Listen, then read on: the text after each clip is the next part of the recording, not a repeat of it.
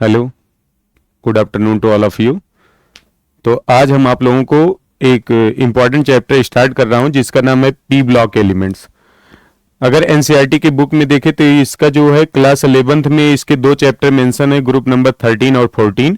और 12th के syllabus के रिगार्डिंग देखूंगा तो ग्रुप नंबर 15, 16, 17, 18 ये सब किस में आते हैं? पी ब्लॉक में। तो पी ब्लॉक के अगर मैं देखूंगा इसमें नीट और जेई के एग्जाम के पॉइंट ऑफ व्यू से बात किया जाए तो एटलीस्ट हर साल इसमें 2 क्वेश्चन नीट में, 3 question 4 question NEET JEE advance इन सब में आते हैं। तो सबसे पहले क्वेश्चन आता है कि what is the meaning of P block. किसी एलिमेंट को कहां पे रखा जाए या किसी भी ग्रुप का कैसे भी डिसीजन किया जाए तो उसको हम आइडेंटिफाई करेंगे। तो चलिए हम स्टार्ट करते हैं पी ब्लॉक के बारे में। तो जैसे आपके सामने एक एटॉमिक नंबर लिख दिया गया 15 के बारे में हमको इंफॉर्मेशन नहीं है कि किस ग्रुप का है, किस ब्लॉक का है। तो सबसे पहले मैं इसका लिखूंगा इलेक्ट्रॉनिक कॉन्फ़िगरेशन। तो एटॉमिक नंबर 15 होता फास्फोरस का, उसका इलेक्ट्रॉनिक कॉन्फ़िगरेशन लिखेंगे 1s2 2s2 2p6 3s2 और 3p हो जाएगा 3। तो जब इलेक्ट्रॉनिक कॉन्फ़िगरेशन किया गया तो देखा गया कि जो last electron इंटर्स in P subshell. तो इलेक्ट्रॉनिक कॉन्फ़िगरेशन करने पर देखा गया कि जो एटॉमिक नंबर 15 है इसका लास्ट इलेक्ट्रॉन पी सबसेल में इंटर कर रहा है, इसलिए फास्फोरस या एटॉमिक नंबर 15 किस ब्लॉक का एलिमेंट है? पी ब्लॉक का। ऐसे कोई भी एग्जाम्पल दे दिया जाए आपके सामने और पूछा जाए कि किस ग्रुप का एलिमेंट है, किस ब्लॉक का एलिमेंट है, तो how we can identify that the element is belonging from which block. तो if the electronic configuration written then the last electron enters in the p subshell then such elements are belonging from the p block elements. तो सबसे पहले अगर p block की बात करूं तो इनके पूरे अगर मैं पीरियोडिक टेबल में देखूं कि कौन कौन से एलिमेंट्स है, कौन कौन से ग्रुप हैं, तो अगर देखा जाए p ब्लॉक को तो पी ब्लॉक में जो पी सबसेल है, पी सबसेल में टोटल आपके 3 बॉक्स हैं और मैक्सिमम इलेक्ट्रॉन अगर फिल किया जाए तो मैक्सिमम इलेक्ट्रॉन 6 होते हैं। इसलिए पी ब्लॉक को अलग अलग अगर मैं देखूं तो पूरे 6 एक सीरीज में कैटेगराइज किया गया है। जैसे वो 6 सीरीज क्या है उसको देखा जाए तो यहां पे देखेंगे सबसे पहले आता है इसमें boron family, boron, aluminium, gallium, indium और आपका आ जाएगा थैलियम। इसी प्रकार से बोरान से आगे आएंगे तो कार्बन, सिलिकॉन, जर्मेनियम, टिन और आपका आ जाएगा लेड। इसी प्रकार से आगे बढ़ेंगे तो आ जाएगा नाइट्रोजन, फास्फोरस, आर्सेनिक, एंटीमनी और आ जाएगा आपका बिस्मथ। इसी प्रकार से आगे बढ़ेंगे तो ऑक्सीजन, सल्फर, सेलेनियम, टेल्यूरियम और आ जाएगा आपका पोलोनियम। इसी प्रकार से आगे बढ़ेंगे तो ऑक्सीजन के बाद आएगा फ्लोरीन, क्लोरीन, ब्रोमीन, आयोडीन और आ जाएगा स्टैटिन। यहां पे लास्ट में आ जाता है यहां पे हीलियम, उसके बाद आ जाएगा नियॉन, आर्गन, क्रिप्टन, जेनॉन और आपका आ जाएगा रेडॉन। तो इतने एलिमेंट को अगर मैं देखूं तो बोरान से लेकर हीलियम तक के जितने भी एलिमेंट्स होंगे या boron family, carbon family, nitrogen family, oxygen family, fluorine और इसको कहते हैं नोबल गैसेस, तो these are belonging from the P block.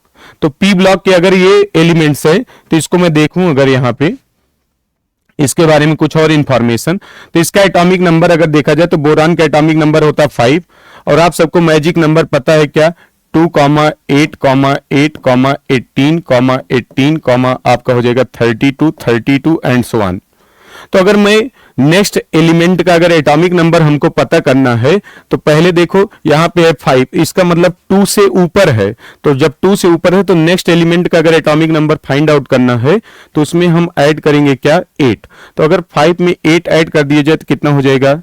13 और 13 में फिर से अब उसके बाद 18 ऐड करेंगे तो 18 ऐड करने पर हो जाएगा 31। 31 में अगर 18 ऐड कर दूं तो हो जाएगा 49 और 49 में अगर आपका ऐड कर दिया जाए 32, 9 2 हो जाएगा 11 और 4 3 कितना हो जाएगा 7 और 1 हो जाएगा 8। तो इसका मतलब एटॉमिक नंबर 5, 13, 31, 49 और 81 अगर पूछा जाए किस ब्लॉक का एलिमेंट है तो these are belonging from the P block element. अब इसी प्रकार से अगर कार्बन फैमिली की बात करें तो इसका एटॉमिक नंबर है 6, 6 में 8 ऐड करेंगे तो आ जाएगा इसका 14, 14 में फिर 8 ऐड कर 18 ऐड करेंगे तो 32, इसका हो जाएगा 50, इसका हो जाएगा 82। इसी प्रकार से अगर नाइट्रोजन का कहते तो 7 है, 7 में 8 ऐड करेंगे तो आ जाएगा 15, 15 में फिर से ये 33, फिर उसके बाद आ जाएगा 51, फिर उसके बाद आ जाएगा 83। तो ऐसे ही ऑक्सीजन का 8 है तो इसका हो जाएगा 16, 34, इसका हो जाएगा 52, इसका हो जाएगा 84। इसी प्रकार से यहां पे हो जाएगा 9, इसका हो जाएगा कितना 17, तो इसका हो जाएगा कितना 35, इसका हो जाएगा आपका 53, इसका हो जाएगा आपका 85। इसी प्रकार से हीलियम का है 2, तो अब इसमें पहले 8 का ऐड करेंगे तो आ जाएगा 10 और इसके बाद आ जाएगा 18, फिर आ जाता है 36, फिर आ जाएगा 54 और ये आ जाएगा 86। तो these are the elements which are belonging from the P block. तो पी ब्लॉक के एलिमेंट का अगर मैं बात करूं तो इनके जितने भी मेंबर्स हैं तो इसमें आपको इसको कहते हैं बोरान फैमिली, इसको कहेंगे कार्बन फैमिली, ये आपकी नाइट्रोजन फैमिली, इधर है ऑक्सीजन, इधर है फ्लोरीन और ये है सब नोबेल गैसेस। तो अलग अलग फैमिली के याद करने के कुछ अलग अलग जिंगल्स हैं, उसको मैं आपको बता दे रहा हूं कि कैसे किसी भी एलिमेंट को याद किया जाएगा। तो बोरान फैमिली का सिंपल सा जिंगल क्या है, बैगन आलू गाजर इन थैला। एक बार आप सभी लोग बोलेंगे कि बोरान फैमिली को कैसे याद किया जाएगा, तो बोरान फैमिली के जो मेंबर्स हैं उनका एलिमेंट को याद करने का तरीका है बैगन आलू गाजर इन थैला। इसी प्रकार से अगर कार्बन फैमिली की बात करूं तो कार्बन फैमिली को याद करने का जो मेरा तरीका है वो है कहे सीता जी सुने प्रभु। एक बार आप सभी लोग बोलेंगे कि क्या है इसका कार्बन फैमिली को याद करने का तरीका, कहे सीता जी सुने प्रभु। इसी प्रकार से आगे अगर हम नाइट्रोजन फैमिली में याद करने का तरीका जो है नेपाल पाकिस्तान ऑस्ट्रेलिया सब बीमार। अगला है ऑक्सीजन वाली फैमिली को ओल्ड स्टाइल से टीपो। फिर से ऑक्सीजन फैमिली को याद करने का तरीका है ओल्ड स्टाइल से टीपो। इसी प्रकार से अगर हेलोजन फैमिली तो हेलोजन फैमिली को कैसे याद करेंगे, फिर कल बाहर आई आंटी। एक बार सभी लोग बोलेंगे कि हेलोजन फैमिली या ग्रुप नंबर 17 को कैसे याद किया जाएगा, तो उनको याद करने का तरीका है फिर कल बाहर आई आंटी। इसी प्रकार से अगर ग्रुप नंबर 18 या नोबेल गैसों को याद करने का तरीका है हे नेताओं और कर्मचारियों जीते रहो। तो ये इस तरीके से हम पूरे पीरियोडिक टेबल में जितने भी एलिमेंट्स पी ब्लॉक के हैं उनको हम याद कर सकते हैं। तो आइए इस पी ब्लॉक के रिलेटेड क्या क्या है पहले उसको देखा जाए कि पी ब्लॉक में कौन कौन से ऐसे टॉपिक हैं जिसको पढ़ लेना सबसे इंपॉर्टेंट है और उनका वेटेज पूरे इनऑर्गेनिक केमिस्ट्री में कहां कहां है तो उसको देखा जाए। तो पी ब्लॉक में सबसे मोस्ट इंपॉर्टेंट अगर टॉपिक की बात करूं तो सबसे पहले नाम आता है जिसका नाम है भाई बैक बॉन्डिंग। तो सबसे पहला टॉपिक अगर पी ब्लॉक को स्टार्ट करना है तो उसके लिए आपको जानना पड़ेगा बैक बॉन्डिंग। दूसरा इसी में है आपका बना जाएगा इसमें ब्रिज बॉन्डिंग। दूसरा जो टॉपिक है जिसको आपको पढ़ना है इस चैप्टर को स्टार्ट करने से पहले जिस नाम है ब्रिज बॉन्डिंग। तीसरा नाम इसी में पढ़ा है ब्रिज बॉन्डिंग का एक दूसरा नाम है बनाना बॉन्डिंग।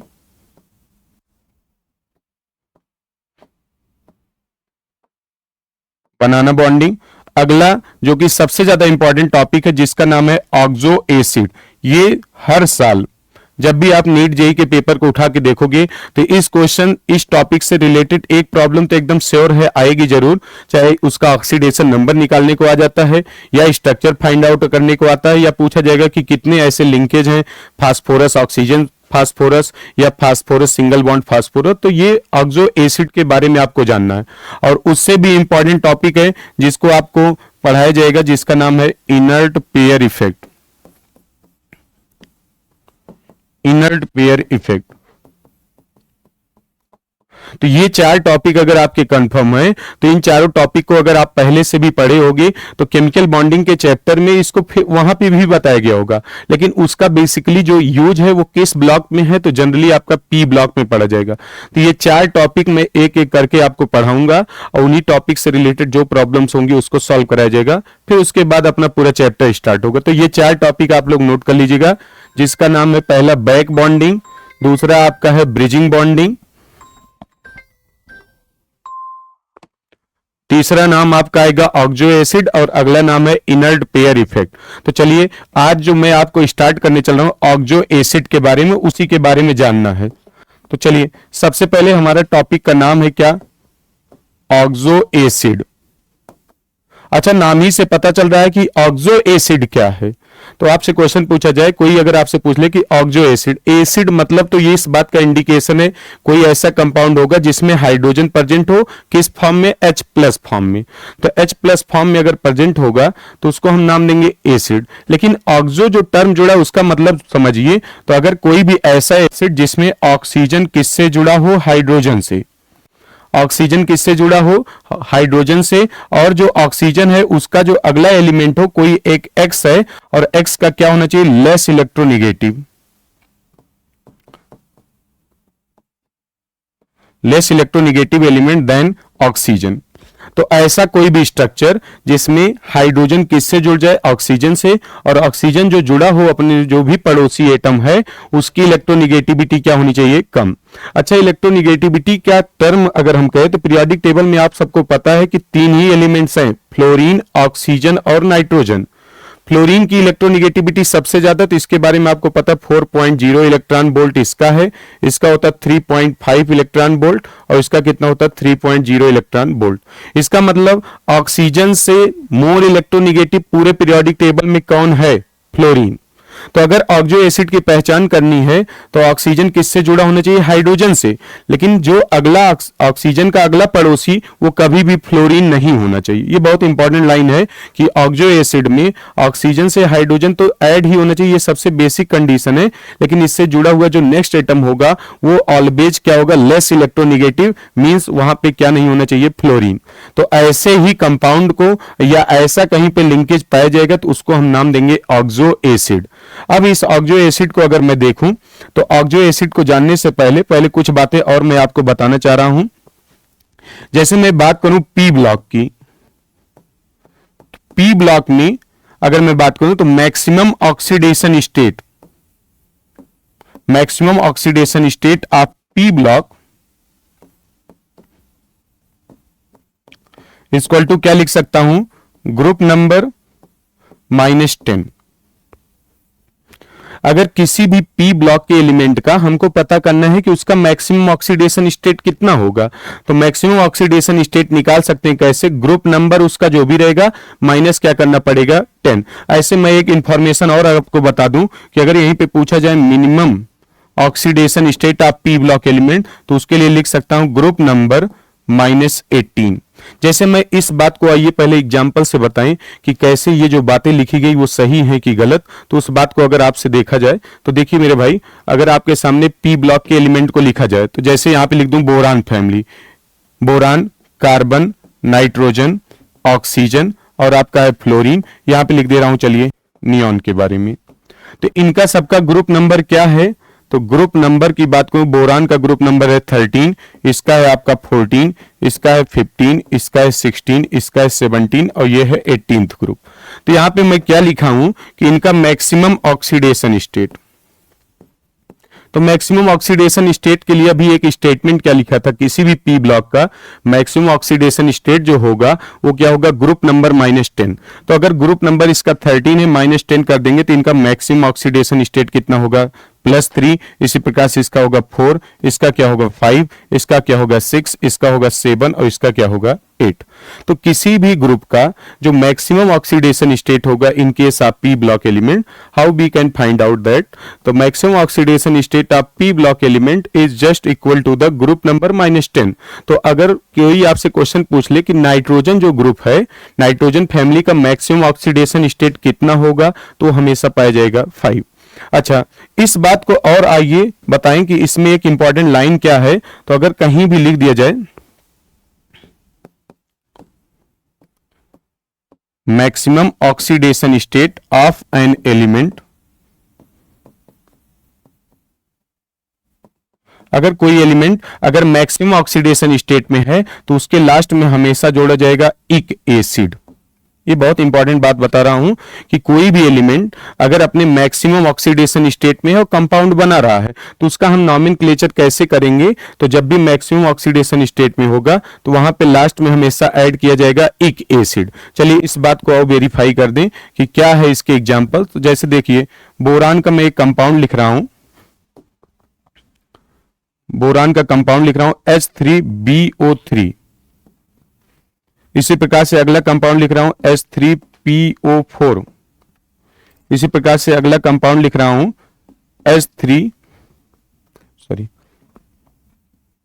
अगला कंपाउंड इसमें लिख रहा हूं आपका HNO3।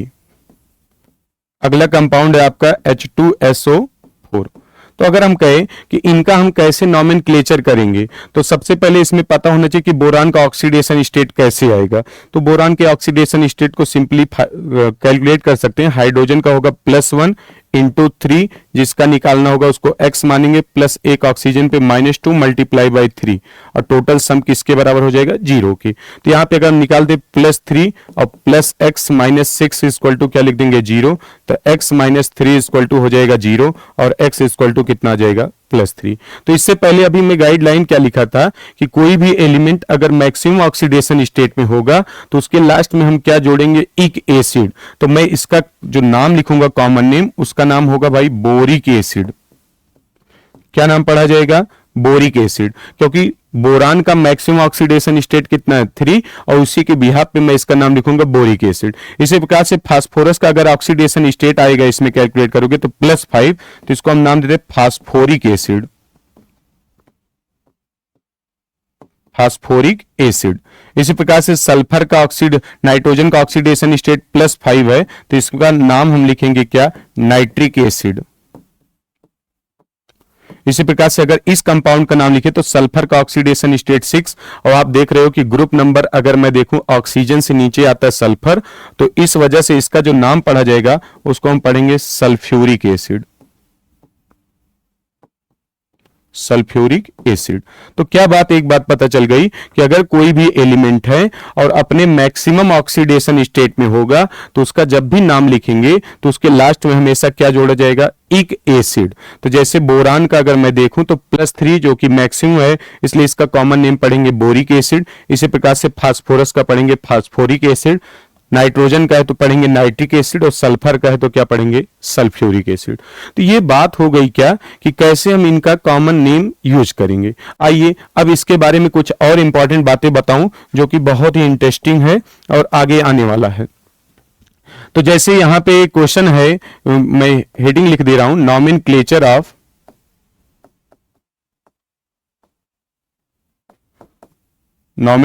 Of oxo acid. तो ऑक्सो एसिड का नॉमेनक्लेचर कैसे किया जाए, तो सबसे पहले अगर मैं यहां पे लिख रहा हूं क्या मैक्सिमम ऑक्सीडेशन स्टेट होगा तो हमेशा उसमें अभी इससे पहले बताए थे क्या जोड़ा जाएगा इक एसिड। कोई भी एलिमेंट अगर अपने मैक्सिमम ऑक्सीडेशन स्टेट में है किसी कंपाउंड में तो हमेशा उसका जब भी नॉमेनक्लेचर करेंगे तो उसमें क्या ऐड करेंगे इक एसिड। इसी प्रकार से अगर मैं इसमें से एक ऑक्सीजन एटम निकाल दूं तो जो भी मैक्सिमम ऑक्सीडेशन स्टेट में से एक ऑक्सीजन निकाल दूंगा तब हम क्या लिख सकता हूं, इसको लिख सकते हैं मैक्सिमम ऑक्सीडेशन स्टेट -2। जब भी -2 लिखा जाएगा तो इसमें हमेशा जोड़ेंगे अस एसिड। इसी प्रकार से एक ऑक्सीजन और निकाल देंगे तो इसमें जोड़ेंगे हाइपो। ये 3 बातें लिखी गई। फिर से क्या बात बोला कि कोई भी एलिमेंट अगर अपने मैक्सिमम ऑक्सीडेशन स्टेट में है तो जब भी उसका नॉमेनक्लेचर करेंगे तो उसके नाम में क्या जोड़ेंगे इक एसिड। अगर एक ऑक्सीजन निकल गया तब बनने वाले कंपाउंड का जब नाम लिखेंगे तो उसमें लास्ट में जोड़ेंगे अस एसिड। और उसी प्रकार से एक ऑक्सीजन और निकाल दूं तो इसका ऑक्सीडेशन नंबर जो भी डिक्रीज करेगा तो बनने वाले कंपाउंड को हम लिखेंगे हाइपो एसिड। या एक बात और आपको बता दूं, अगर मैक्सिमम ऑक्सीडेशन स्टेट है और उसमें एक ऑक्सीजन को अगर ऐड कर दूं तब जो नाम पढ़ा जाएगा इसका तो उसका नाम पढ़ा जाएगा पर इक एसिड। मतलब इसमें एक टर्म और जोड़ दिया जाएगा पर एसिड। जैसे मैं इस बात को चलिए एक एग्जांपल से बताऊं। अपने सामने जैसे एक एग्जांपल लिख दिया गया H3PO4 है तो अभी इससे पहले पढ़ाया था कि H3PO4 का जो नाम पढ़ते हैं तो उसका नाम पढ़ते हैं फास्फोरिक एसिड। Phosphoric acid. अच्छा, इसमें क्यों फास्फोरिक एसिड लिखा? क्योंकि फास्फोरस का जो ऑक्सीडेशन स्टेट है वो कितना है? +5, और +5 इसका मैक्सिमम है। अब इसमें से एक ऑक्सीजन को अगर मैं निकाल दूं तो यहाँ पे बनने वाले कंपाउंड का आप लिखेंगे क्या फार्मूला? H3PO3। अच्छा, H3PO3 है तो अब इसका ऑक्सीडेशन स्टेट कितना आ जाएगा? +3। तब इसका नाम क्या पढ़ेंगे? Phosphorus acid. Phosphorus acid. अब इसमें से एक ऑक्सीजन और निकाल दूं अगर, तो एक ऑक्सीजन और निकालने पर इसका फार्मूला हो जाएगा H3PO2। तो इसको नाम पढ़ते हैं हाइपोफास्फोरस एसिड।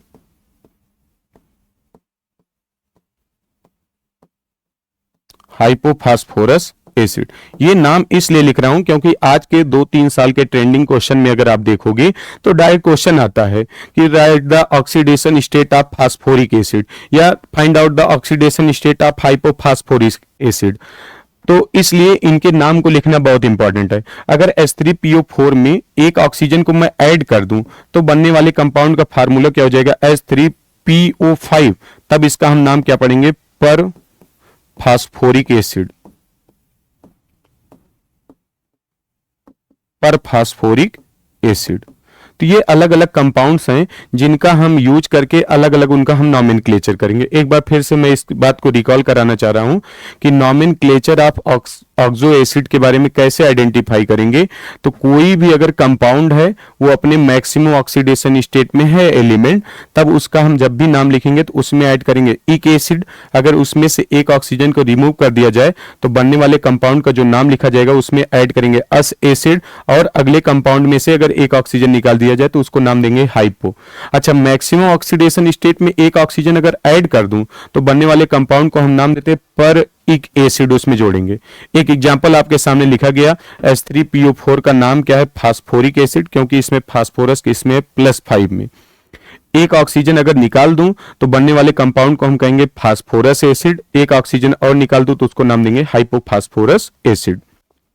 चलिए, अगर मैं इसके दूसरे एग्जाम्पल को अगर लिख दूं तो जैसे अपने सामने एक एग्जाम्पल लिख दिया जाए, H2SO4 है, H2SO4। तो इसमें H2SO4 में आप देख रहे होगे कि जो सल्फर का ऑक्सीडेशन स्टेट है वो कितना है? +6। अच्छा, सल्फर +6 में है तो अपने मैक्सिमम है, तो इसलिए इसको हम नाम क्या पढ़ते हैं? Sulphuric acid. क्या नाम पढ़ेंगे भाई? Sulphuric acid. अच्छा, सल्फ्यूरिक एसिड में से एक ऑक्सीजन अगर निकाल दिया जाए तो बनने वाले कंपाउंड का जो फार्मूला होगा वो होगा H2SO3।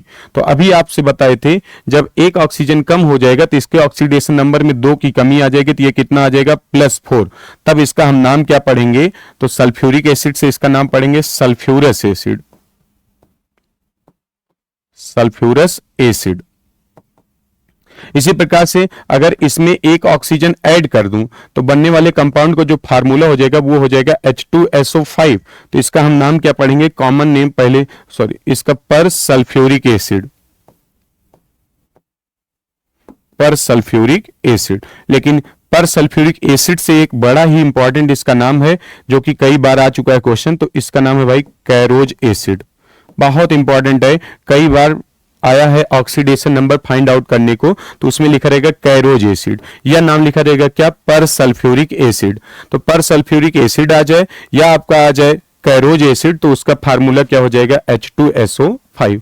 तो इस प्रकार से अगर कोई भी कंपाउंड दिया जाए और उनके ऑक्सो एसिड का हमको नॉमेनक्लेचर करके आना है, तो ऑक्सो एसिड का नॉमेनक्लेचर हम कैसे करेंगे?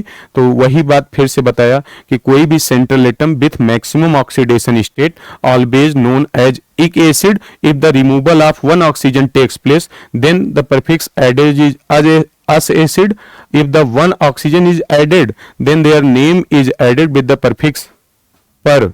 तो ये सब हैं कुछ बातें जो कि हमको ऑक्सो एसिड के बारे में जानना है। अब ऑक्सो एसिड अगर बन गया तो इस ऑक्सो एसिड के बारे में इनका स्ट्रक्चर कैसे बनेगा, तो उस स्ट्रक्चर को फाइंड आउट करने के लिए हमको इनके कुछ इंपॉर्टेंट बातें जाननी पड़ेंगी। तो नेक्स्ट हेडिंग आप लोग बनाएंगे क्या? लिंकेज इन ऑक्सो एसिड, ये बहुत ही इंपॉर्टेंट है। तो आपसे क्वेश्चन पूछा जाएगा कि कौन कौन सा लिंकेज है या उनका स्ट्रक्चर आप निकाल के बताइए कि कैसे बनेगा। तो लिंकेज इन ऑक्सो एसिड के बारे में जानना, तो इसमें मैं 3 गाइडलाइन लिख रहा हूं, उसको सभी लोग ध्यान से देखेंगे और इसको समझेंगे कि लिंकेज ऑक्सो एसिड में कैसे पता करेंगे। तो पहली केस है, if maximum oxidation state is equal to, लिख दिया जाए कैलकुलेटेड ऑक्सीडेशन स्टेट। अगर मान लीजिए कोई कंपाउंड है, उसमें हम उसका ऑक्सीडेशन नंबर कैलकुलेट करें और ऑक्सीडेशन नंबर कैलकुलेट करने पर वही वैल्यू किसके बराबर आ जाए, मैक्सिमम ऑक्सीडेशन स्टेट के, तो ऐसे केस में जब भी स्ट्रक्चर बनाएंगे तो वहां पे लिखेंगे जो भी मेटल या कोई भी एलिमेंट रहेगा और उसमें सिंगल बॉन्ड ऑक्सीजन और सिंगल बॉन्ड क्या पाया जाएगा, एम। मतलब अगर 2 एटम दिए जाएंगे तो उन दोनों एटम के बारे में अगर देखें तो उसमें सिंपल सा जो स्ट्रक्चर बनेगा उसमें ये स्केलेटन जरूर कॉमन रहेगा, क्या, metal single bond oxygen single bond metal. अगर मैं यहां पे केस दूसरा कर दूं, if maximum oxidation state is less than calculated oxidation state, मतलब जो मैक्सिमम ऑक्सीडेशन स्टेट है वो कम हो जाए और कैलकुलेटेड ऑक्सीडेशन स्टेट क्या हो जाए, ज्यादा। तो ऐसे केस में जो लिंकेज बनेगा, metal single bond oxygen single bond oxygen single bond क्या पाया जाएगा, मेटल। आगे मैं इसका भी बहुत डिटेल एग्जांपल लेके बताऊंगा कि ये जो बातें बता रहा हूं कि कैसे मेटल ऑक्सीजन मेटल या metal oxygen single bond oxygen होगा, तो इस बात को पहले आगे स्ट्रक्चर से समझेंगे। जैसे तीसरी जो केस है, वो तीसरी केस क्या बन सकती है, if maximum oxidation state is greater than calculated oxidation state, तो ऐसे केस में क्या होगा जानते रहिएगा, मेटल सिंगल बॉन्ड मेटल पाया जाएगा। ये 3 बातें बहुत ही इंपॉर्टेंट है किसी भी ऑक्सो एसिड के स्ट्रक्चर को डिटरमाइन करने के लिए। क्या बात बोली गई एक बार फिर देखिएगा, अगर कोई भी एलिमेंट अपने मैक्सिमम ऑक्सीडेशन स्टेट में हो और उसका मैं कैलकुलेशन करूं और कैलकुलेशन करने पर जो कैलकुलेटेड ऑक्सीडेशन स्टेट आ जाए, मैक्सिमम ऑक्सीडेशन स्टेट जब बराबर आ जाएगा, तो ऐसे केस में जो लिंकेज पाया जाएगा उसको कहेंगे मेटल ऑक्सीजन मेटल। दूसरा केस क्या है कि if maximum oxidation state is less than calculated oxidation state, तो ऐसे केस में हमेशा जो बॉन्ड बनेगा वो metal oxygen single bond oxygen फिर आपका मेटल बन जाएगा। तीसरा जो केस है, if maximum oxidation state is greater than calculated oxidation state, then metal single bond metal पाया जाएगा। उसके बाद मैं एक बातें और आपको बता दूं, कहीं भी जैसे अगर आपका सिलिकॉन रहेगा तो सिलिकॉन अपने चारों तरफ हमेशा सराउंडिंग में एक टेट्राहेड्रल एनवायरनमेंट बनाएगा, तो सिलिकॉन के बाद जो फास्फोरस आएगा वो भी अपने सराउंडिंग में हमेशा टेट्राहेड्रल एनवायरनमेंट बनाएगा। ये बातें बहुत इंपॉर्टेंट हैं। फिर इसके बाद फास्फोरस की बात करने के बाद सल्फर को बात करूं तो सल्फर डबल बॉन्ड पाया जाएगा, oxygen double bond oxygen single bond single bond. इसी प्रकार से अगर क्लोरीन सेंट्रल एटम होगा तो double bond oxygen double bond oxygen double bond क्या दूंगा, ऑक्सीजन और सिंगल बॉन्ड। ये मतलब किसी भी ऑक्सो एसिड का अगर बेसिक स्केलेटन तैयार करना है तो अगर उसमें सेंट्रल एटम फास्फोरस होगा तो उसके चारों तरफ हमेशा एक टेट्राहेड्रल एनवायरनमेंट ही क्रिएट होगा। अगर सल्फर है तो उसके चारों तरफ भी सराउंडिंग में हमेशा टेट्राहेड्रल एनवायरनमेंट होगा। अगर सेंट्रल एटम आपका हैलोजन आ जाएगा तो उसमें अगर क्लोरीन ब्रोमीन आयोडीन ये सब आ रहे हैं तो हमेशा क्या जनरेट करेंगे, एक टेट्राहेड्रल एनवायरनमेंट। अब इस बात को मैं अगर एक एग्जांपल से जस्टिफाई कर दूं तब ये तो बहुत अच्छा आ जाएगा। तो जैसे अपने सामने एक एग्जांपल मैं यहां पे लिख के दिखा रहा हूं कि जैसे आपके सामने एक एग्जांपल लिख दिया जाए, सल्फर के ही या फास्फोरस के ऑक्सो एसिड का मैं स्ट्रक्चर बनाने चल रहा हूं। जैसे अपने सामने लिख दिया जाए H3PO3, एक ऐसा एग्जाम्पल लिख दिया गया।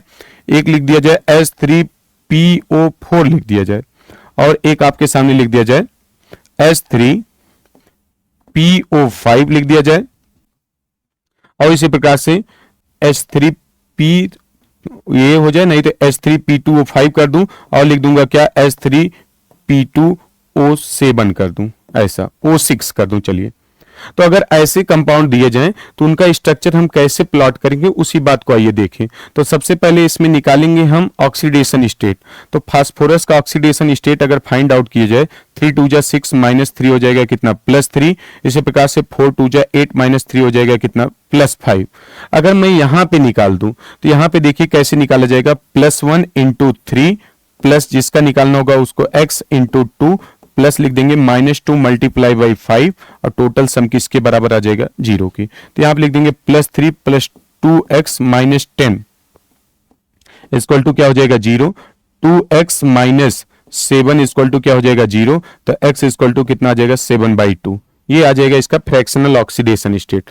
ऐसे में दूसरा जो कंपाउंड लिखा गया H3P2O6 उसमें मैं फास्फोरस का अगर ऑक्सीडेशन स्टेट निकाल दूं तो +1 × 3 प्लस जिसका निकालना होगा x × 2 2x - 12 इक्वल टू क्या हो जाएगा 0।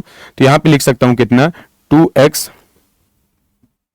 माइनस यहाँ पे +3 यहाँ पे है आपका 12 तो यहां से सब्सट्रैक्ट होके हो जाएगा कितना 9 इक्वल टू क्या लिख देंगे 0। 2x इक्वल टू कितना हो जाएगा 9 x इक्वल टू कितना हो जाएगा 9/2। तो अगर ऐसे स्ट्रक्चर आते हैं तो उनके स्ट्रक्चर को अगर हमको प्लॉट करना है तो उसके बारे में आइए देखते हैं कि कैसे कैसे स्ट्रक्चर बनेगा। तो सबसे पहले मैं स्ट्रक्चर प्लॉट करने चल रहा हूं जिसका नाम है H3PO4। तो H3PO4 में अभी इससे पहले मैं लेक्चर में बताया क्या था कि जब भी फास्फोरस अगर सेंट्रल एटम होगा तो हमेशा अपने चारों तरफ क्या क्रिएट करेगा एक टेट्राहेड्रल इन्वायरमेंट। तो यहां पे अगर मैं कहूं कि सेंट्रल एटम कौन था आपका फास्फोरस। तो H3PO4 के स्ट्रक्चर को अगर देखा जाए तो H3PO4 के जब स्ट्रक्चर को आप बनाओगे तो सबसे पहले लिखेंगे फास्फोरस और उसमें एक डबल बॉन्ड क्या रहेगा ऑक्सीजन। यहाँ पे एक टेट्राहेड्रल इन्वायरमेंट क्रिएट कर दिया, एक ऑक्सीजन आ गया। और आप सबको पता है कि जो हाइड्रोजन होता है वो हमेशा एक सिंगल बॉन्ड बनाएगा, मतलब हमेशा साइड एटम के ही फॉर्म में कैलकुलेट किया जाएगा। तो यहाँ पे अगर मैं एक ऑक्सीजन लिख दूं और यहाँ पे सिंगल बॉन्ड क्या लिख दूं हाइड्रोजन। इसी प्रकार से अगर मैं अगला लिख दूं यहाँ पे ऑक्सीजन सिंगल बॉन्ड क्या हो जाएगा हाइड्रोजन, यहाँ पे ऑक्सीजन और सिंगल बॉन्ड क्या हो जाएगा हाइड्रोजन। तो अगर मैं इस स्ट्रक्चर में देखूं तो आपको पता चल गया क्या, अगर ऑक्सीडेशन स्टेट इससे भी फाइंड आउट कर दूं तो ऑक्सीजन और फास्फोरस में मैं बात करूंगा किसकी इलेक्ट्रोनिगेटिविटी ज्यादा है। तो इलेक्ट्रोनिगेटिविटी ज्यादा ऑक्सीजन की, तो इसकी वजह से इस पर आ जाएगा -2 चार्ज, तो इसकी वजह से आ जाएगा इस पर +2 चार्ज। -1 तो इस बॉन्ड की वजह से +1, -1 तो इसकी वजह से आ जाएगा +1, -1 तो इसकी वजह से आ जाएगा कितना +1। तो देख रहा हूं कि जो फास्फोरस का ऑक्सीडेशन स्टेट है वो कितना आ गया, तो वो आ गया कितना +5। ऐसे दूसरा एग्जांपल लिख दूं तो अपने सामने दूसरा एग्जांपल लिखा गया H2P2O5 है, H2P2O5 है। तो अगर यहां पे निकाला जाए फास्फोरस का ऑक्सीडेशन स्टेट और उसका स्ट्रक्चर निकालने को आ जाए, तो स्ट्रक्चर निकालने को आ जाए तो पहले निकाल दिया जाए तो इसका ऑक्सीडेशन स्टेट आ जाएगा कितना, आपका निकाल के दिखाऊं तो +1 × 2 + 2x - 10 इक्वल टू क्या लिख देंगे 0। 2x - 8 इक्वल टू कितना हो जाएगा 0। 2x इक्वल टू आ जाएगा +8 तो x की वैल्यू कितना आ जाएगी +4। अभी मैं आपको बताया था कि जब कहीं भी कैलकुलेटेड ऑक्सीडेशन स्टेट कम हो गई और मैक्सिमम ऑक्सीडेशन स्टेट फास्फोरस का आप सबको पता है कितना होता है +5, तो +5 ज्यादा है और ये कैलकुलेटेड कितना गया +4। तो ऐसे केस में मैं बताया था क्या कि सिंगल बॉन्ड पाया जाएगा। तो सिंगल बॉन्ड क्या पाया जाएगा, उससे पहले मैं लिख दूं फास्फोरस, एक दूसरा फास्फोरस, इसके चारों तरफ हमेशा एक टेट्राहेड्रल इन्वायरमेंट क्रिएट करेंगे तो उसमें एक स्केलेटन कॉमन रहेगा डबल बॉन्ड ऑक्सीजन और इसमें भी डबल बॉन्ड क्या कर दूंगा ऑक्सीजन। सिमिलरली अगर मैं बात करूं इस टाइप से और यहां पे लिख दूं इस टाइप से, तो अगर मैं देखूं कि कितने ऑक्सीजन है 5, तो एक ऑक्सीजन को यहां कर दूं सिंगल बॉन्ड क्या कर दूं हाइड्रोजन, ऑक्सीजन और सिंगल बॉन्ड क्या कर दूंगा हाइड्रोजन। इसी प्रकार से ऑक्सीजन सिंगल बॉन्ड क्या कर दूंगा, यहां पे आपको कितने हाइड्रोजन, 2 ना, 1 मिनट,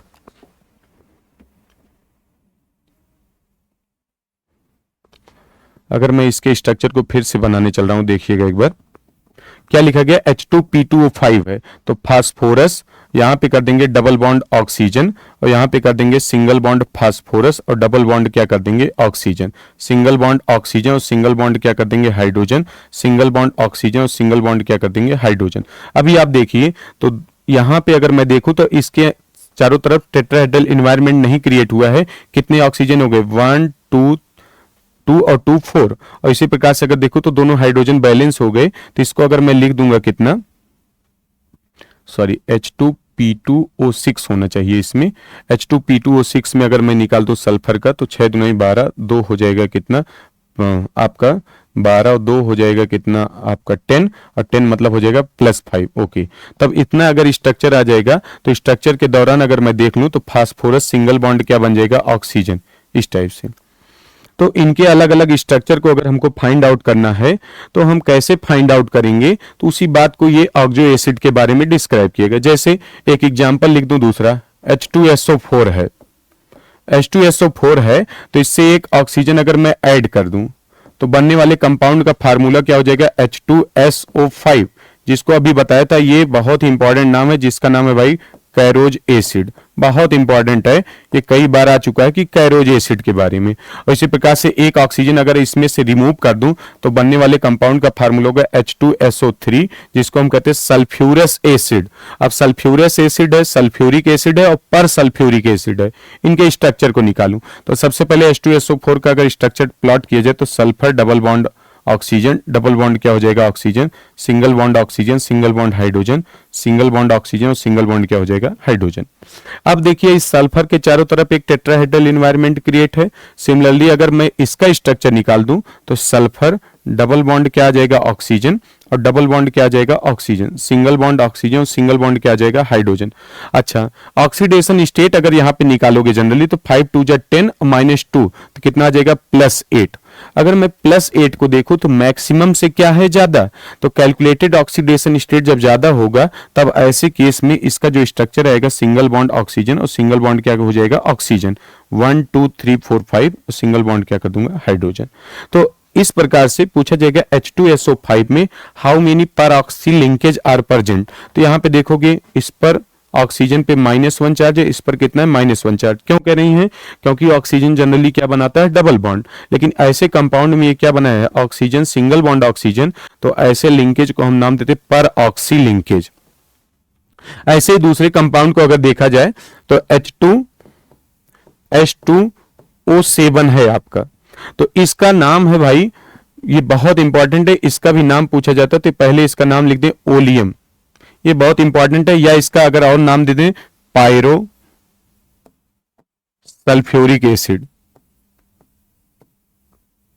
पायरोसल्फ्यूरिक एसिड। तो बहुत बार इसका भी स्ट्रक्चर पूछा जाता है कि पायरोसल्फ्यूरिक एसिड या ओलियम का स्ट्रक्चर आप निकालिए। तो सबसे पहले मैं करूंगा क्या, H2H2O7 में सल्फर का ऑक्सीडेशन स्टेट फाइंड आउट करूंगा। तो कैसे फाइंड आउट होगा, +1 × 2 प्लस जिसका निकालना होता है उसको x × 2, तो 2x - 14 इक्वल टू कितना हो जाएगा 0, 2x - 12 इक्वल टू हो जाएगा 0, तो x की वैल्यू आ जाएगी इसमें +6। अच्छा, सल्फर का जो ऑक्सीडेशन स्टेट मैक्सिमम है वो भी कितना होता है +6, और यहाँ कैलकुलेटेड करने पर भी क्या आ गया +6। तो ऐसे केस में मैं बताया था क्या पाया जाएगा metal, single bond oxygen, single bond क्या पाया जाएगा मेटल। तो इसी स्ट्रक्चर को आइए मैं प्लॉट करता हूं कैसे इसका H2H2O7 का आएगा। तो सल्फर डबल बॉन्ड क्या लगा देंगे ऑक्सीजन, डबल बॉन्ड क्या लगा देंगे ऑक्सीजन। इसी प्रकार से दूसरा सल्फर है, यहां भी डबल बॉन्ड लिख देंगे ऑक्सीजन, डबल बॉन्ड क्या लिख देंगे ऑक्सीजन। अब बताया था तो इनके बीच में एक ऑक्सीजन का लिंकेज कर दीजिए। फिर उसके बाद देखिए single bond oxygen, single bond क्या हो जाएगा हाइड्रोजन, सिंगल बॉन्ड अगर लिख दूंगा ऑक्सीजन, सिंगल बॉन्ड क्या हो जाएगा हाइड्रोजन। अगर मैं काउंट करूं तो कितने हैं 1 2 3 4 5 6 और 7, तो ये हो गया। तो इसमें स्ट्रक्चर में पूछा जाता है कि ओलियम के स्ट्रक्चर में कितने सल्फर ऑक्सीजन सल्फर बॉन्ड हैं। तो आप देख रहे हो सल्फर ऑक्सीजन सल्फर लिंकेज ये है, और पूछा जाएगा कितने सल्फर डबल बॉन्ड ऑक्सीजन है। तो एक सल्फर डबल बॉन्ड ऑक्सीजन ये है, एक यहाँ पे, एक यहाँ पे, एक यहाँ पे। तो टोटल में बात करूं सल्फर डबल बॉन्ड ऑक्सीजन का तो कितना हो जाएगा 4, सल्फर ऑक्सीजन सल्फर अगर मैं बात करूं तो कितने हो जाएंगे 1। तो इस प्रकार से अलग अलग ऑक्सो एसिड का स्ट्रक्चर बनाने को आता है, जो कि बहुत ही इंपॉर्टेंट है। अलग अलग कंपाउंड्स में इनके नाम पूछे जाते हैं। ऐसे में और कोई भी एग्जांपल लेना चाहूं या उससे पहले कुछ और इंपॉर्टेंट बातें मैं बताने चल रहा हूं, उसको देखिएगा। तो अगर कहीं पे लिख दें, अगली हेडिंग आप देखिए लगाइएगा, removal of water, removal of water. किसी ऑक्सो एसिड से वाटर को कैसे रिमूव किया जाता है, तो वाटर के रिमूवल के लिए हमारे पास दो तरीके हैं। एक हम नाम देते हैं जिसका नाम है डायरेक्ट मेथड। किसी भी ऑक्सो एसिड से वाटर को रिमूव करने के हमारे पास कितने तरीके हैं, तो दो तरीके हैं। एक का नाम है डायरेक्ट मेथड और एक इसको नाम देते हैं हीट करते हैं। तो हीट कहीं भी टर्म जुड़ जाए तो हीट मतलब अगर उसको कहे केमिस्ट्री में तो उसको नाम देते हैं पायरोलिसिस। पायरोलिसिस पायरो मतलब ही होता है हीट। हीट के द्वारा अगर किसी भी बॉन्ड को ब्रेक किया जाए या उसमें से वाटर को रिमूव किया जाए तो ऐसे मेथड को हम नाम देते हैं क्या, पायरोलिसिस। तो क्या बताया गया हेडिंग, रिमूवल ऑफ वाटर। तो रिमूवल ऑफ वाटर किसी भी ऑक्सो एसिड से हम दो तरीके से कर सकते हैं, एक नाम है डायरेक्ट मेथड और एक नाम है बाय हीटिंग, या उसी को हम नाम क्या देते हैं, पायरोलिसिस। अच्छा, अगर मैं एक एग्जांपल लिख दूं, जैसे अपने सामने लिख दिया जाए H2SO4 है, तो H2SO4 से अगर मैं डायरेक्ट एक वाटर मॉलिक्यूल निकाल दूं, तो एक वाटर मॉलिक्यूल जैसे ही निकालूंगा तो इसके स्ट्रक्चर में क्या बनेगा, SO3 आ जाएगा कि नहीं आ जाएगा। अच्छा, जैसे ही SO3 आ गया तो SO3 में अगर मैं देखूं तो क्या कोई हाइड्रोजन प्रेजेंट है, तो अगर आप SO3 के स्ट्रक्चर में देख रहे होगे तो कोई हाइड्रोजन प्रेजेंट नहीं है। जबकि मैं स्टार्टिंग में गाइडलाइन में बताया था कि कोई भी अगर ऑक्सो एसिड होगा तो उसमें ऑक्सीजन की प्रेजेंस बहुत मस्ट है। तो यहां पे देखा गया H2SO4 से वाटर के रिमूव करने पर किसी प्रकार का कोई हाइड्रोजन नहीं है। जब हाइड्रोजन नहीं है तो ऐसे कंपाउंड को हम उसका नाम पढ़ते हैं एनहाइड्राइड। ये बहुत इंपॉर्टेंट है, कई बार क्वेश्चन आता है कि H2SO4 का एनहाइड्राइड क्या है। तो H2SO4 का एनहाइड्राइड क्या है, SO3। फिर से क्या बात बोला, अगर किसी भी ऑक्सो एसिड से अगर वाटर को रिमूव किया जाए, वाटर के रिमूवल के बाद बनने वाले मॉलिक्यूल या कंपाउंड में हाइड्रोजन एब्सेंट है, तो ऐसे कंपाउंड को हम नाम क्या देते हैं, एनहाइड्राइड। जैसे दूसरा एग्जांपल लिख दूं, जैसे लिख दिया जाए H3PO4 है, इसमें से अगर एक वाटर को रिमूव कर दूं, डायरेक्ट मेथड है, तो यहां से बचेगा क्या, HPO3। तो ऐसे कंपाउंड को हम नाम देंगे ऑक्सो, लेकिन इसमें एक स्पेसिफिक नाम है जिसका आप नाम देते हैं Meta sulphuric acid. Meta sulphuric acid. फिर से क्या बात बोली गई, ये दोनों बहुत इंपॉर्टेंट लाइन है। अगर किसी भी ऑक्सो एसिड से डायरेक्ट वाटर निकाल दिया गया तो बनने वाले मॉलिक्यूल में अगर हाइड्रोजन एब्सेंट है तो ऐसे कंपाउंड को हम उसका नाम देंगे एनहाइड्राइड। अगर दूसरा एग्जांपल लिखा गया, कोई भी ऑक्सो एसिड है उसमें से डायरेक्ट वाटर निकाला गया और हाइड्रोजन अगर प्रेजेंट है तो अब बनने वाले कंपाउंड का हम नाम लिखते हैं, उसमें ऐड करते हैं मेटा। तो PO3 का नाम क्या है, मेटा सल्फ्यूरिक एसिड। और एक बात इसके बारे में बहुत इंफॉर्मेशन है, क्या, ये हाईली अनस्टेबल होता है। हाईली क्या होता है, अनस्टेबल। तो हाईली अनस्टेबल होता है तो ये हमेशा अपने आप को डाइमर या ट्राइमर फॉर्म में पाया जाएगा। तो इसका ट्राइमर जो बनता है HPO3 का होल थ्राइस है ये, या इसको और लिख दूं H3P3O9। ये बहुत इंपॉर्टेंट है, इसके बारे में कई बार क्वेश्चन आया हुआ है। H3P3O9 के बारे में इसका स्ट्रक्चर निकालिए। चलिए मैं पहले स्ट्रक्चर निकाल के इसके बता दूं। H3P3O9 का अगर मैं लिखूं यहाँ पे H3P3O9 है तो इसमें मैं फास्फोरस का पहले ऑक्सीडेशन स्टेट फाइंड आउट करूं तो +1 × 3 + 3x - 18 इक्वल टू कितना लिख सकता हूं, 0। तो यहां से हो जाएगा 3x - 15 इक्वल टू हो जाएगा 0। 3x इक्वल टू कितना हो जाएगा, +15। तो x इक्वल टू कितना आ जाएगा, +5। अच्छा, जो कैलकुलेटेड ऑक्सीडेशन स्टेट है वो किसके बराबर आ गई, मैक्सिमम ऑक्सीडेशन स्टेट के। तो कहीं भी मैक्सिमम ऑक्सीडेशन स्टेट होगा तो ऐसे केस में मैं बताया था metal single bond oxygen, single bond क्या पाया जाएगा, मेटल। तो इसका स्ट्रक्चर मैं आपको निकाल के दिखाऊं। H3P3O9 एक साइक्लिक स्ट्रक्चर पाया जाता, देखिएगा फास्फोरस, और यहां पे लिख दूंगा क्या, single bond oxygen, single bond क्या लिख दूंगा, फास्फोरस, सिंगल बॉन्ड क्या आ जाएगा, ऑक्सीजन, सिंगल बॉन्ड आपका है क्या, ऑक्सीजन, और सिंगल बॉन्ड क्या है, फास्फोरस, सिंगल बॉन्ड ये इस टाइप से इसका। अब मैं बताया था जब भी फास्फोरस अगर है तो उसके चारों तरफ एक टेट्राहेड्रल एनवायरनमेंट क्रिएट करिए और उसमें एक बेसिक स्केलेटन हर जगह पे कॉमन रहेगा, double bond oxygen, double bond क्या रहेगा, ऑक्सीजन। अभी आप देखिएगा 1 2 3 है तो इसके अगर एक बॉन्ड और कर दूं OH, यहां पे अगर एक बॉन्ड कर दूं क्या, OH, और इसका एक बॉन्ड और कर दूं क्या, OH। तो ये जो स्ट्रक्चर होता है वो किसका होता है, H3P3O9। बहुत इंपॉर्टेंट है भाई, पूछा जाता है कि साइक्लिक स्ट्रक्चर अगर है तो इसमें कितने फास्फोरस ऑक्सीजन फास्फोरस हैं, कितने फास्फोरस डबल बॉन्ड ऑक्सीजन है, और कितने पूछे जाएंगे, फास्फोरस सिंगल बॉन्ड फास्फोरस है। तो ये बहुत इंपॉर्टेंट है। तो क्या बात बताया, एक बार फिर से सुनिएगा सभी लोग, कि कोई भी ऑक्सो एसिड से वाटर के रिमूव करने के कितने तरीके हैं अपने पास। तो अपने पास अगर मैं बात करूं दो तरीका, एक है डायरेक्ट मेथड और एक है बाई हीटिंग। तो डायरेक्ट मेथड से अगर मैं वाटर निकाल दिया तो बनने वाले कंपाउंड में अगर हाइड्रोजन एब्सेंट है तो ऐसे कंपाउंड को हम उसका नाम क्या देंगे, एनहाइड्राइड।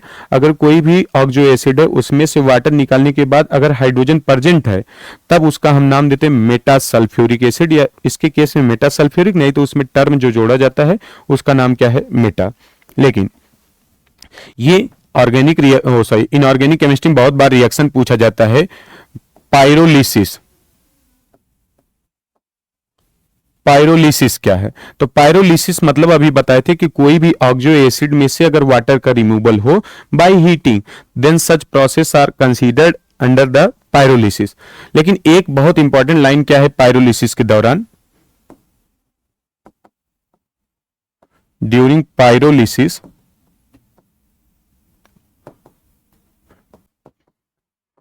two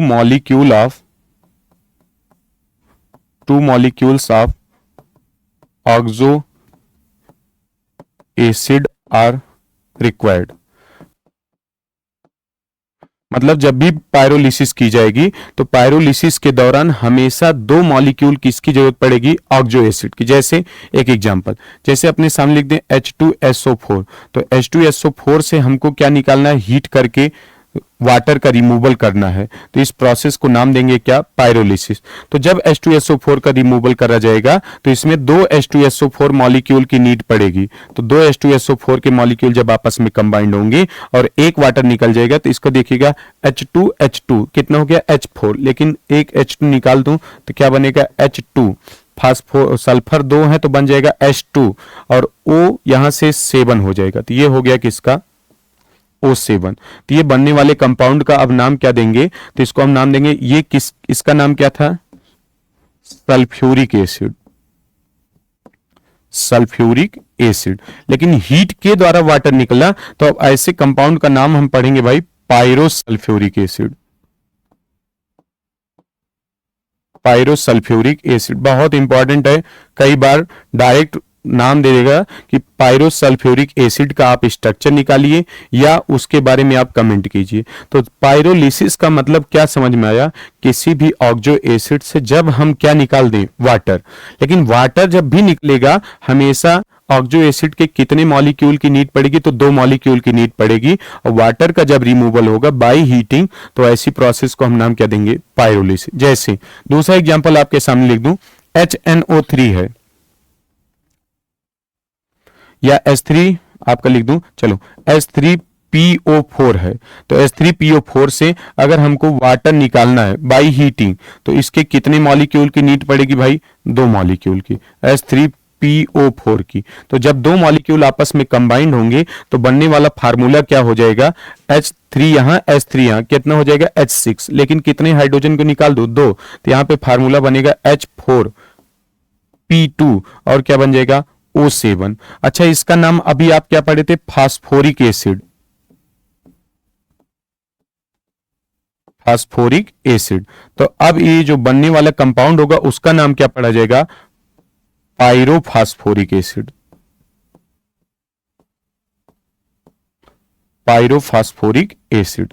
तो ये सब आपको याद करने हैं, क्योंकि आज के टाइम पे आप देखोगे जो अभी हाल फिलहाल में 2 साल पहले, 1 साल पहले जो एडवांस के पेपर हुए थे तो उसमें डायरेक्ट पूछा था पायरोफास्फोरिक एसिड है तो उसके स्ट्रक्चर के बारे में कमेंट करने को आया था कि कितने स्ट्रक्चर हैं जिसमें फास्फोरस डबल बॉन्ड ऑक्सीजन है या फास्फोरस सिंगल बॉन्ड फास्फोरस है या आपका क्या ऑक्सीडेशन नंबर होगा, इस टाइप से। तो पायरोफास्फोरिक एसिड के बारे में तो आप ये बात पता चल गई कि किसी भी ऑक्सो एसिड से अगर वाटर निकालना होगा तो उसके दो तरीके हैं, एक है डायरेक्ट मेथड और एक क्या नाम है, बाय हीटिंग। हीटिंग का ही नाम क्या है, पायरोलिसिस। पायरोलिसिस के लिए बहुत इंपॉर्टेंट गाइडलाइन क्या है कि कोई भी ऑक्सो एसिड से अगर पायरोलिसिस कराना है तो उसके एटलीस्ट कितने मॉलिक्यूल की जरूरत पड़ेगी, दो मॉलिक्यूल जब आपस में ऐड होंगे और वाटर का रिमूवल होगा तो बनने वाले कंपाउंड को हम नाम देंगे। तो उसमें एक टर्म पहले जोड़ा जाएगा पायरो, क्योंकि हीटिंग से निकाल रहे हैं नहीं है, इसलिए इनका नाम हम क्या देंगे, पायरो। अब किससे जनरेट हुआ, सल्फ्यूरिक एसिड से, इसलिए नाम देंगे क्या, पायरो सल्फ्यूरिक एसिड। जैसे अब अपने सामने एक क्वेश्चन आ गया H4P2O7 के बारे में, आप इसका स्ट्रक्चर निकालिए। तो H4P2O7 का अगर आपको स्ट्रक्चर निकालना है, H4P2O7 का अगर स्ट्रक्चर बनाना है, तो मैं सबसे पहला काम क्या होगा, जो सेंट्रल एटम है फास्फोरस, उसका निकालेंगे ऑक्सीडेशन स्टेट। तो कैसे निकलेगा, +1 × 4 + 2x - 14 इक्वल टू क्या लिख देंगे, 0। तो यहां पे लिख देंगे 2x - 10 इक्वल टू कितना हो जाएगा, 0। 2x इक्वल टू हो जाएगा +10, तो x की वैल्यू कितना आ जाएगी यहाँ पे, +5।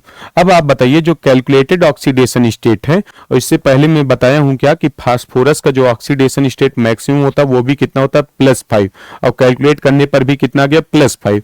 तो ऐसे केस में हमेशा पाया जाएगा phosphorus single bond oxygen, single bond क्या पाया जाएगा, फास्फोरस। अब चलिए इसके स्ट्रक्चर को अगर मैं निकाल दूं, तो क्या बनाना है, फास्फोरस, इसके चारों तरफ हमेशा एक बनाएंगे टेट्राहेड्रल इन्वायरमेंट बनाएंगे, डबल बॉन्ड ये इस टाइप से।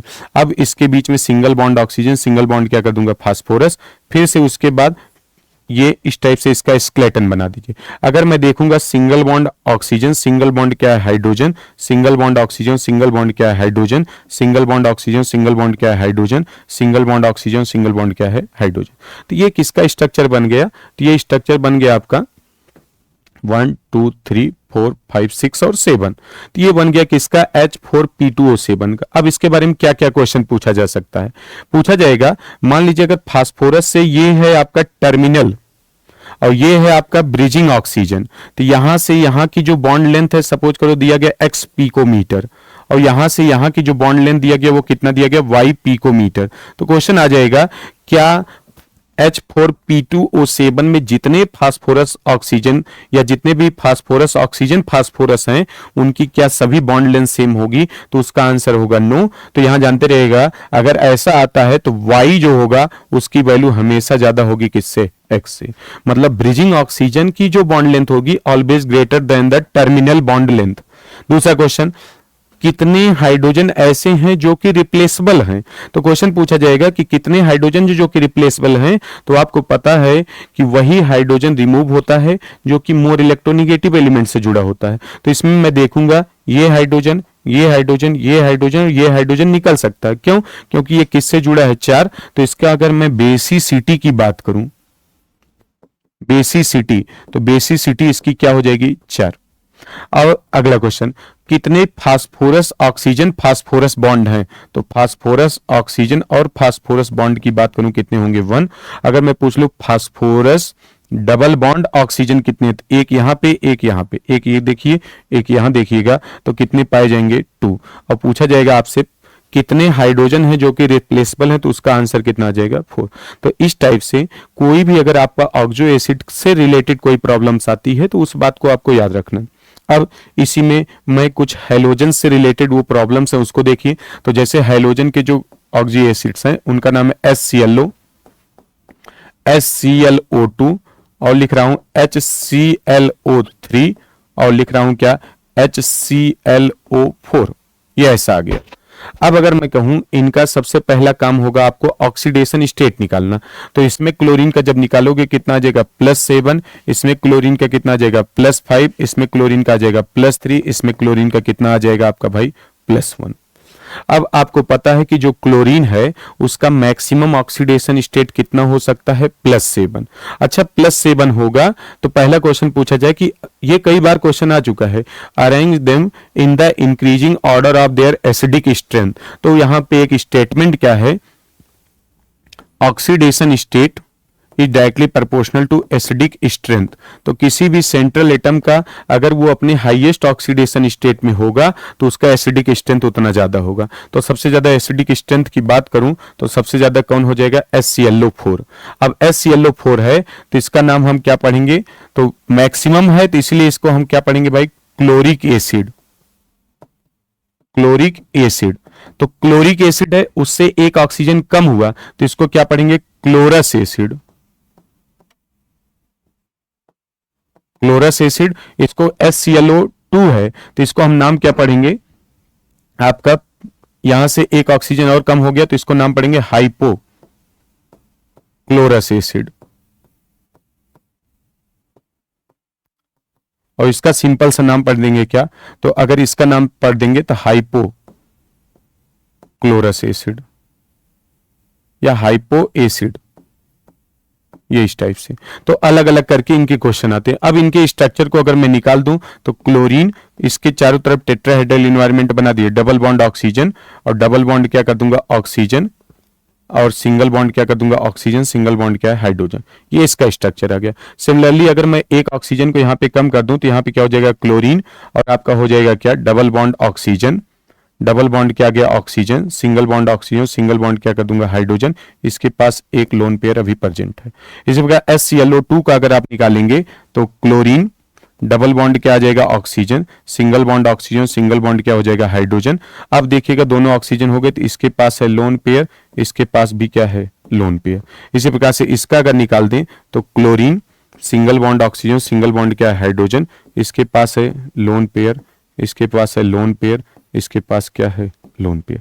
तो इस टाइप से हम देख सकते हैं कि अलग अलग जो एसिड के कैसे स्ट्रक्चर बनेंगे और उनका क्या हो जाएगा फार्मूला, उनमें किस प्रकार से पाया जाएगा क्लोरीन ऑक्सीजन बॉन्ड या हाइड्रोजन ऑक्सीजन बॉन्ड। तो इस बात को आप लोगों को समझ में आया होगा। आई थिंक ये आप लोग लेक्चर एंजॉय किए होंगे। Thank you.